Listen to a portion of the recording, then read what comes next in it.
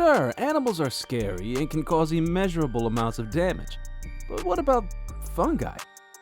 These guys don't belong to plants or animals in any regard, as they are their own respective species. Today we'll be looking at just how dangerous these things can be, and a word of advice. An early warning is in order, as things will get gruesome at the end. Let's begin with the video. Welcome to Animals Wow TV. Let's get started. The Deathcap, technically known as Amanita araucae, is a toxic fungus that's found throughout Europe. The stipe and gills of these mushrooms are white, while the caps are greenish. Because the Deathcap resembles various edible mushrooms such as straw mushrooms and Caesar's mushrooms, it poses a danger as you can't really tell right away, and that'll lead to poisoning. And the egg sac.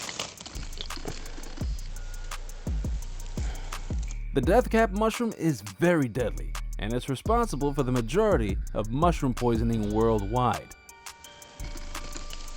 There you have it, the Deathcap. Don't eat it. Dapperling is a gilled mushroom species that's also known as the deadly Dapperling.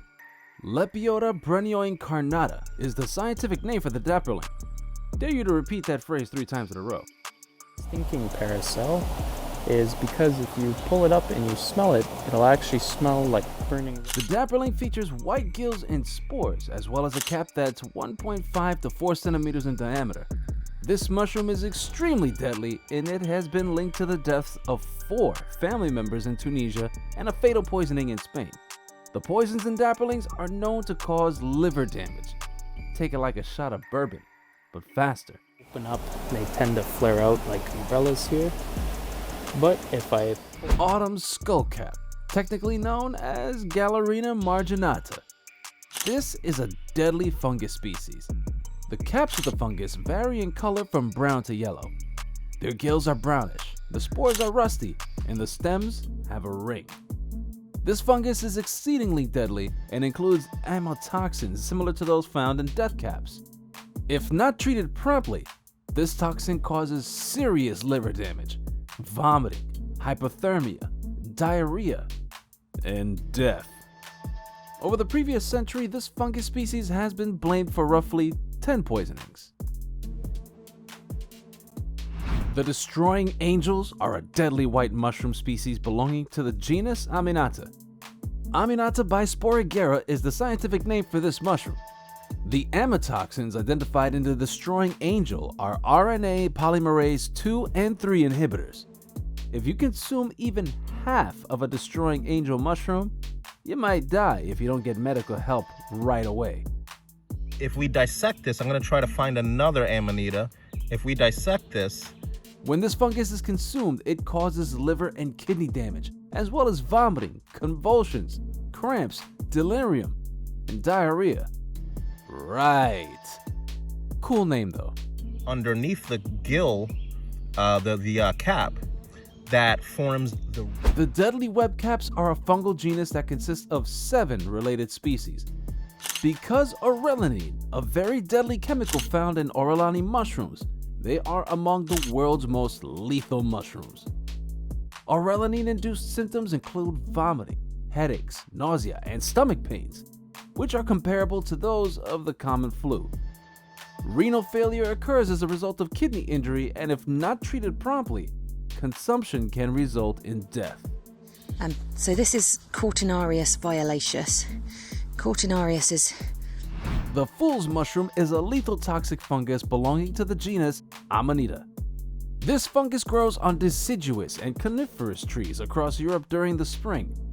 The fool's mushroom's caps, gills, and stipe are entirely white in color.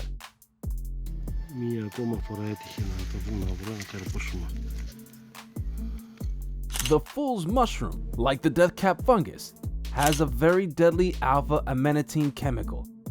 When this poison is consumed, it causes kidney and liver failure.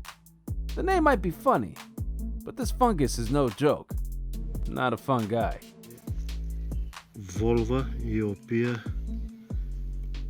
In Europe and North America, the Ivory Funnel is a toadstool fungus that grows in lawns and grassy places. Muscarine is present in high concentrations in the Ivory Funnel. Para verla con detalle, si nos fijamos los clips. Excessive quantities can cause severe stomach discomfort, nausea, impaired vision, diarrhea, and difficulty breathing if consumed in large doses. After 2 hours, the amount of intoxication lowers. Fatalities are uncommon, but in extreme situations, death might result from cardiac and respiratory failure. Talk about thinking you're out of the woods. En el caso de los clitocibes blancos, por el tono. The fake Morel is a fungus that looks like real Morels from the Morchella genus. Gyrometra esculenta is the scientific name for this fungus species. The mushrooms are wonderful, but they are poisonous if eaten raw because they contain monomethylhydrazine. Some people are unaffected by fake Morel consumption, while others have acute toxicity and long-term health hazards.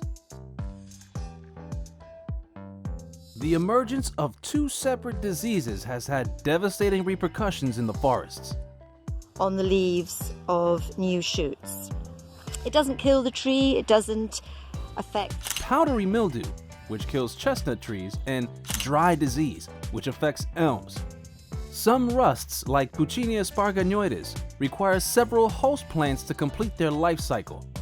In temperate areas, they spend the winter on the Spartina. Then in the spring, they generate minute spores that are carried away by the wind and sprout on the new leaves of neighboring ashes. its ability to photosynthesize. It's worse in drought conditions.